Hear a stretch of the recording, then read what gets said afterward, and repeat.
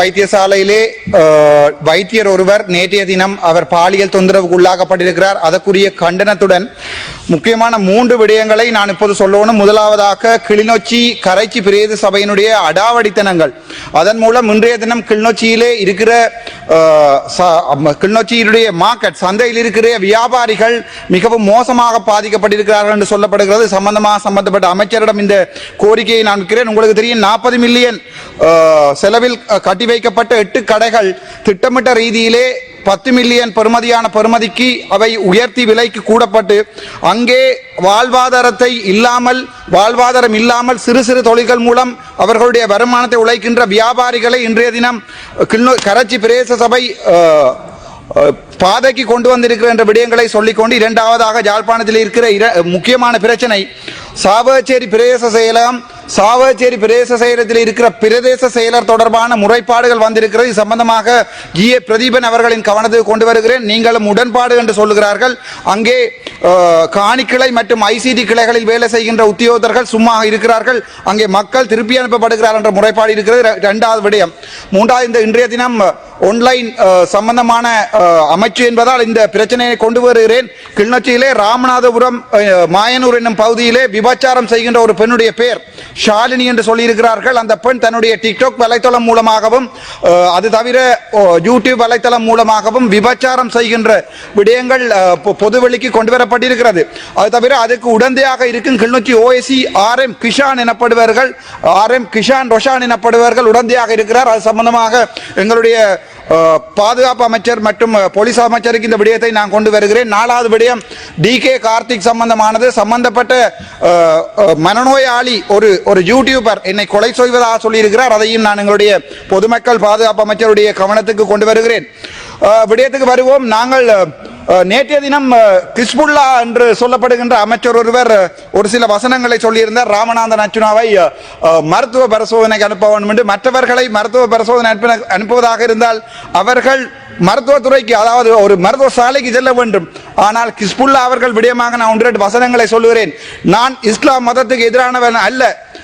மம கவதாவத் கதாகரேன மே අපේ රට තියෙන මේ ඉස්ලාමික මාර්ගයේ වරදි කියලා කවදාවත් කිව්වේ නැහැ. මම කිව්වා දරුවෝ ටිකක් බඳලා දෙනවා නම් අවුරුදු 9 අවුරුදු 8 දරුවෝ බඳලා දෙනවා නම් ඒක අපි වෙන ආගමක් තියනවා නම් ඒ ආගමෙන් ඒගොල්ලෝ බඳලා දෙනවා නම් ඒක වරදි කියලා මම කිව්වා. ඒක මගේ ආගම වෙන්න පුළුවන්, බුද්ධ ආගම වෙන්න පුළුවන්, ක්‍රිස්තියානිටි වෙන්න පුළුවන්, ඉස්ලාම් වෙන්න පුළුවන්.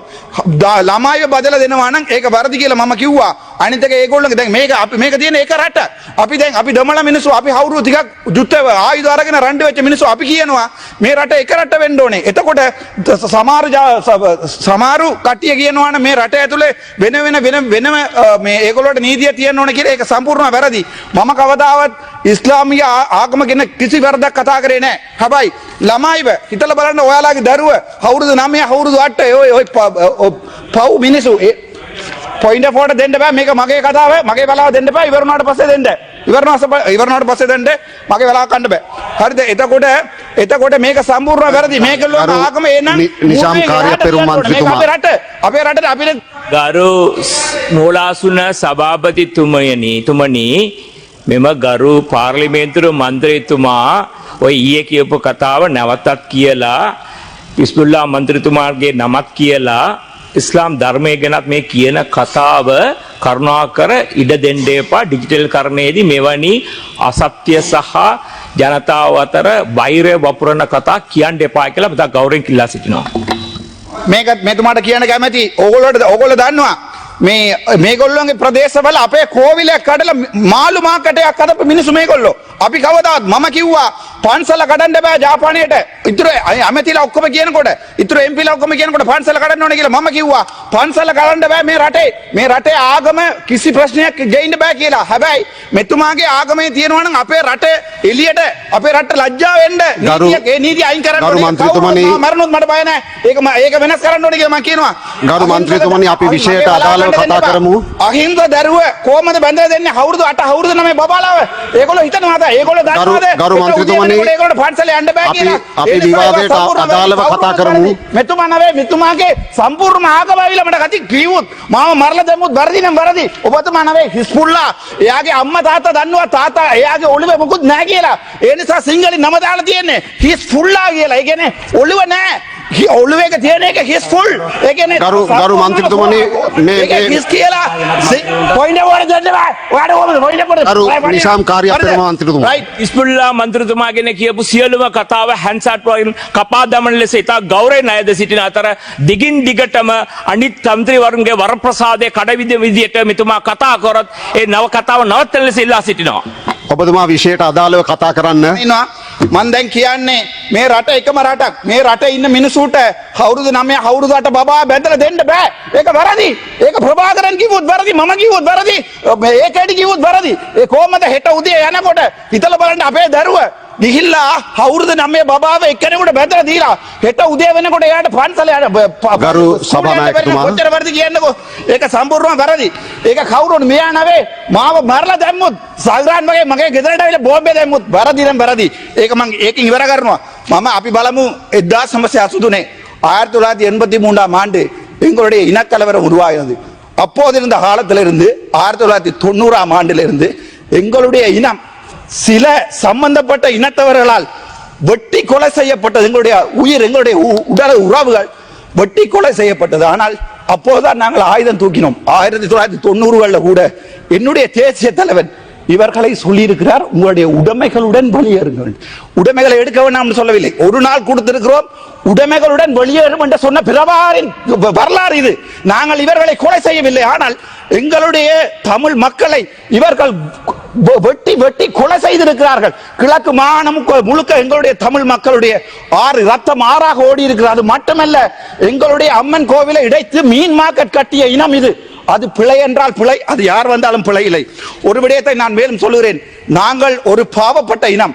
2009 வரைக்கும் உங்களுக்கு தெரியும், அல் ஜசீரா என்ற தொலைக்காட்சியிலே உங்களுடைய முன்னாள் ஜனாதிபதி ரணில் விக்ரமசிங்க அவர்கள் மிக தெளிவாக மூக்கறுக்கப்பட்டிருக்கிறார். சூர்பனகை மூர்க்கறுக்கப்பட்ட வரலாறு, ராமணன் தங்கை மூர்க்கறுக்கப்பட்ட அதே வரலாறு உங்களுடைய ரணில் விக்ரமசிங்க அவர்கள் மூக்கறுக்கப்பட்டிருக்கிறார். 2009 ஆண்டு எங்களுடைய இனப்படுகொலை, என்னுடைய சகோதரன், என்னுடைய அப்பா உட்பட ஒவ்வொருவரும் காணாமலாக போட்ட போது இன்று வரை இந்த சிங்கள சமூகம் எங்களுக்கு நீதியை தரவில்லை.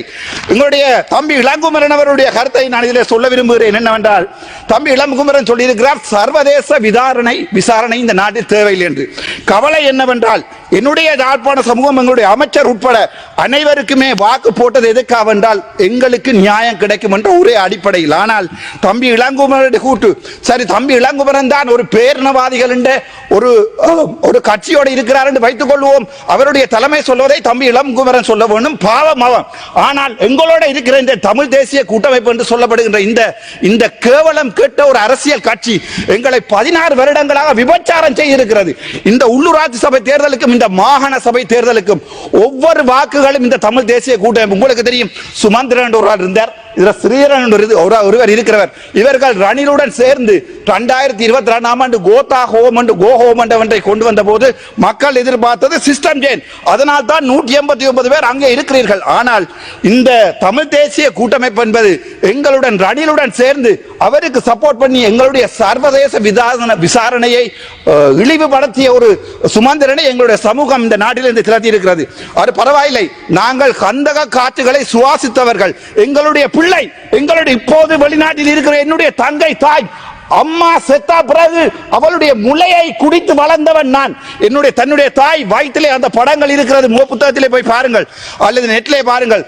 தாய் செல் அடிபட்டு இறந்தா பிறகு இல்லையான் மொய்க்கின்ற தாயின் உடம்பிலே பாலை அருந்தியவன் என்று வெளிநாட்டில் இருப்பதால் தான் நான் இன்று பாராளுமன்றத்துக்கு வந்திருக்கிறேன். அவன் போட்ட பிச்சை, வெளிநாட்டிலே என்னுடைய சகோதரர்கள் போட்ட பிச்சையால் 3 மாதத்திலே நான் பாராளுமன்றம் வந்திருக்கிறேன். ஆகவே மிகவும் தெளிவாக எங்களுடைய அரசாங்கத்திலே கேட்பது 2009 மட்டுமல்ல, சஹ்ரானுடைய இந்த இனவாதிகளுடைய இந்த சகல விடயங்களை நாங்கள் சர்வதேச நீதிமன்றத்துக்கு கொண்டு போக வேண்டும். நாங்கள் எங்களுடைய நாட்டிலே உங்களுக்கு தெரியும், எல்லா அரசியல்வாதிகளும் எப்போதுமே டீல் அடித்துக் கொள்வார்கள். உங்களுக்கு வடிவா தெரியும், நல்லாட்சி என்று ஒன்று வந்தது, அதுக்கு பிறகு என்ன நடந்தது? நடந்தது 2009 கோத்தபாய வந்து விரட்டடிக்கப்பட்டவர், அதுக்கு பிறகு ரணில் வந்தவர். எந்த சமூகமும் எந்த மக்களும் என்னுடைய அழிக்கப்பட்ட இனத்துக்கு இதுவரைக்கும் எந்த நியாயத்தையும் சொல்லவில்லை. அதனுடைய அங்கமாக ஏகேடி சொல்லி இருக்கிறார் என்னவென்றால், தான் கூட சர்வதேச விசாரணைக்கு போக மாட்டேன். ஒரு வாக்கு யாழ்ப்பாணத்திலே ஏகேடியினுடைய கட்சிக்கு விழுமாக இருந்தால் அது என்னுடைய தலைவனுக்கும் என்னுடைய 44,000 போராளிகளுக்கும் இப்போது மீதம் இருக்கிற எங்களுடைய இனத்தின் கோடாளி காம்புகளாக இருக்கும் என்பதை உங்களுக்கு நான் சொல்லிக் கொண்டுறேன். அது தவிர உங்களுக்குமே தெரியும், எங்களுடைய புதுமாத்தலன் உட்பட சகல ஹாஸ்பிட்டல்கள் கூட ஷெல் ஆர்ட்லரி அடிக்கப்பட்டிருக்கிறது, அங்கே புக்காரா அடிக்கப்பட்டிருக்கிறது என்ற உண்மையை அல் ஜசீரா தொலைக்காட்சியிலே எங்களுடைய முன்னாள் ஜனாதிபதி ஒத்துக்கொண்டிருக்கிறார். அது பரவாயில்லை. பட்டலாந்து படுகொலை உங்கள் சார்பாக நான் கதைக்கிறேன், உங்கள் குரலாகவும் நான் இருக்கிறதுக்கு தயாராக இருக்கிறேன். பட்டலாந்து படுகொலை எனப்பட்டுக்கிட்ட 88,000 உங்களுடைய சகோதரர்கள், உங்களுடைய ரோகண விஜய் வீரர் உட்பட எல்லாரையும் கொண்டு சுட்டு கொண்டே கனத்த மயானத்திலே உயிரோடு எறிந்த வரலாறு உள்ள ரணிலை நீங்கள் பிடிக்காமல் இருப்பது உங்களுடைய அரசியல் கலாச்சாரம் என்றால் நான் அரசியலிலே ஒரு புள்ளியாகவே இருக்க விரும்புகிறேன். சரி, அதையும் பார்ப்போம். உங்களுக்கு தெரியும், ஜெனரல் சவேந்திர டி சில்வா எனப்படுபவர் ஒரு பிளாக் லிஸ்ட் பண்ணப்பட்ட ஒரு ராணுவ கமாண்டோ. அவர் மனித உரிமைகள் மீறுகிறார் என்று சொல்லி UN ஹியூமன் ரைட்ஸ் கமிஷன் நேற்றைய தினம் கூட UN ஹியூமன் ரைட்ஸோட என்னோட ஒரு ஆன்லைன் சூம் மீதமான இது நடந்த போது என்னுடைய குரலை இந்த பாராளுமன்றத்திலே இவர்கள் கதைக்க இல்லை என்பதை UN ஹியூமன் ரைட்ஸ் ஹை கமிஷனிலே முறைப்பாடாக எடுத்திருக்கிறார்கள். நான் இதை UN ஹியூமன் ரைட்ஸ் கொண்டு போயிருக்கிறேன். எனக்கு 77 நாள் கதைக்காம தந்திருப்பதற்கு. அதே போன்றுதான் எங்களுடைய சவேந்திர சில்வா அமெரிக்க அரசாங்கம். இன்னொரு விடயத்தை சொல்கிறேன். நான் பலஸ்தீனத்திலே உங்களுக்கு தெரியும் காசாவிலே நடக்கின்ற போர், அந்த காசாவிலே நடக்கின்ற போரின் போது அமெரிக்காவால் சொல்லப்பட்ட விடயம் என்னவென்றால், கோத்தபாயவும் அதே நேரம் என்னுடைய முன்னாள் ஜனாதிபதி மஹிந்த ராஜபக்சவும் எவ்வாறு எங்களுடைய மக்களை பாதுகாப்பு பிரதேசத்துக்கு போ என்று சொல்லி குண்டடித்தார்களோ அதே மாதிரியே கொலை செய்ய வேண்டும் என்ற ஒரு முறைமையை வலதுசாரி அமெரிக்கன் அமைப்பு ஒன்று இஸ்ரேலுக்கு சொல்லியிருப்பதாக எங்களுடைய மெஹ்தி ஹாசன் சொல்லியிருக்கிறார். இதன் அடிப்படை என்னவென்றால், நாங்கள் சர்வதேசத்தால் நாங்கள் அழிக்கப்பட்டிருக்கிறோம் என்று ஏற்பட்டிருக்கிறது. UN ஹியூமன் ரைட்ஸ் கமிஷன் சொல்லுகிறது எங்களுடைய 40,000 சகோதரர்கள் அழிக்கப்பட்டிருக்கிறார்கள். இப்போது இருக்கும் ஒரே குரல், தமிழனின் ஒரே குரலாக நான் இருக்கிறதுக்கு ஆசை. எனக்கு சாவதற்கு பயமில்லை. சாவதா இருந்தால் எனக்கு பாதுகாப்பு நீங்கள் தரவில்லை, தேவையில்லை. என் கைகள் என்னை பாதுகாத்துக் கொள்ளட்டும், அல்ல என் உடலை என்னுடைய சகோதரர்களுக்கு நீங்க அனுப்பி வையுங்கள். 44,000 உறவுகள் பார்த்து கொண்டு தான் இருக்கின்றன. உங்களுடைய அரசாங்கம் தந்து பாதுகாப்பில் வாழ்வதை விட என் உயிரை இழந்த என் சகோதரர்களோட போயிருக்க நான் தயாராக இருக்கிறேன். ஆனால் மிகவும் கவலை என்னென்றால், இந்த 1-2 ஒரு முஸ்லிம் அமைச்சர்கள் எங்களை பார்த்து கதைக்கிற கதை. நாங்கள் எந்த இனத்துக்கும் எதிரானவர்கள் அல்ல. ஒரு நாளில் போங்கோ, யாழ்ப்பாணத்தை விட்டு வெளியேறுங்கள் என்று சொல்லி உடைமைகளுடன் வெளியேறுங்கள் சொன்ன தலைவன் நான், என்னுடைய தலைவன். ஆனால் இவர்கள் என்ன சொல்லி இருக்கிறார்கள் என்றால், எனக்கு மூளை சரியில்லை. இதே அவருடைய தாயார் தெளிவாக සිංහලத்திலே பேர் අම්මා හිස්බුල්ලාගේ අම්මා හරියටම නම දාලා තිනවා. හිස්බුල්ලා ඒ කියන්නේ ඒ ඔළුව හිස් කියලා තියෙන්නේ. ඒක සිංහලෙන් නම දාලා තියෙන්නේ. කඩාගෙන ඉන්න. ගරු මන්ත්‍රීතුමනි, නෑ සාදාරත් පිළියෝ සරන් සරම්. ගරු මන්ත්‍රීතුමනි, අපි මේ විවාදය විනයානුකූලව ගෙන යා යුතුයි. මගේ අයිතිවාසිය තියෙනවා. මගේ නම සටහන් කරලා ඒ හිස්බුල්ලා මන්ත්‍රීතුමා කියපේකට උත්තර දෙන්න මට අයිතිය තියෙනවා. හරිද? වෙනත් මන්ත්‍රීවරුන්ට අපහාසයක් වෙනවා නම් ඔබේ කතාව නවත්තන්න සිද්ධ වෙනවා මට. කොච්චරලා තියෙනවද? වෙන මන්ත්‍රීවරුන්ට හෝ කාට හෝ අපහාසයක් කරනවා නම් මේ කතාව නවත්තන්න සිද්ධ වෙනවා මට. මන්ත්‍රීතුමා අහන්න මගේ නම සටහන් කරලා මා පිස්සක් කියලා කියනවා. ඔබතුමා විවාදයට සහභාගී වෙන්න. ඔබතුමාගේ කාලය තව විනාඩියයි තියෙන්නේ. මං අහන්නේ ෆීඩෝෆීලියා කියන්නේ ඔබතුමාගේ කාලය තව විනාඩියයි. මගේ බලාව අර පැත්තට දීලා තියෙනවා, වරදක් කරන්න එපා. ෆීඩෝෆීලියා කියන්නේ පොඩි ළමයිත් එක්ක සෙක්ස් කරන ලෙඩක් තමයි ෆීඩෝෆීලියා. එතකොට පොඩි දරුවක් අපි දැකලා එයාත් එක්ක සෙක්ස් කරන්න ඕනේ කියලා හිතනවා නම් ඒක ෆීඩෝෆීලියා. එතුමාට සයිකෝද නැත්නම් ඒක බරදි කියලා කියපු එකට මම පිස්සක්ද කියලා මම මේ ජනතාවට අහනවා.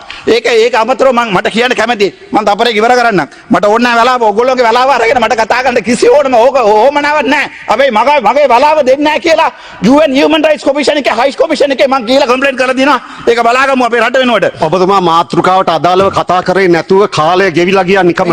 මගේ කතාව දෙන්නේ මට කරුණා කරලා තව විනාඩියකින් කතාව අවසන් කරන්න. ඔබතුමාට ඩිසයිඩ් කරන්න බෑ මම කතා කරන්නේ මොනවද කියලා. හරිද? ඔය පුටුවේකට අපි රෙස්පෙක්ට් එකක් දෙනවා. මගේ බලාව නැස්ති කරන්න එපා.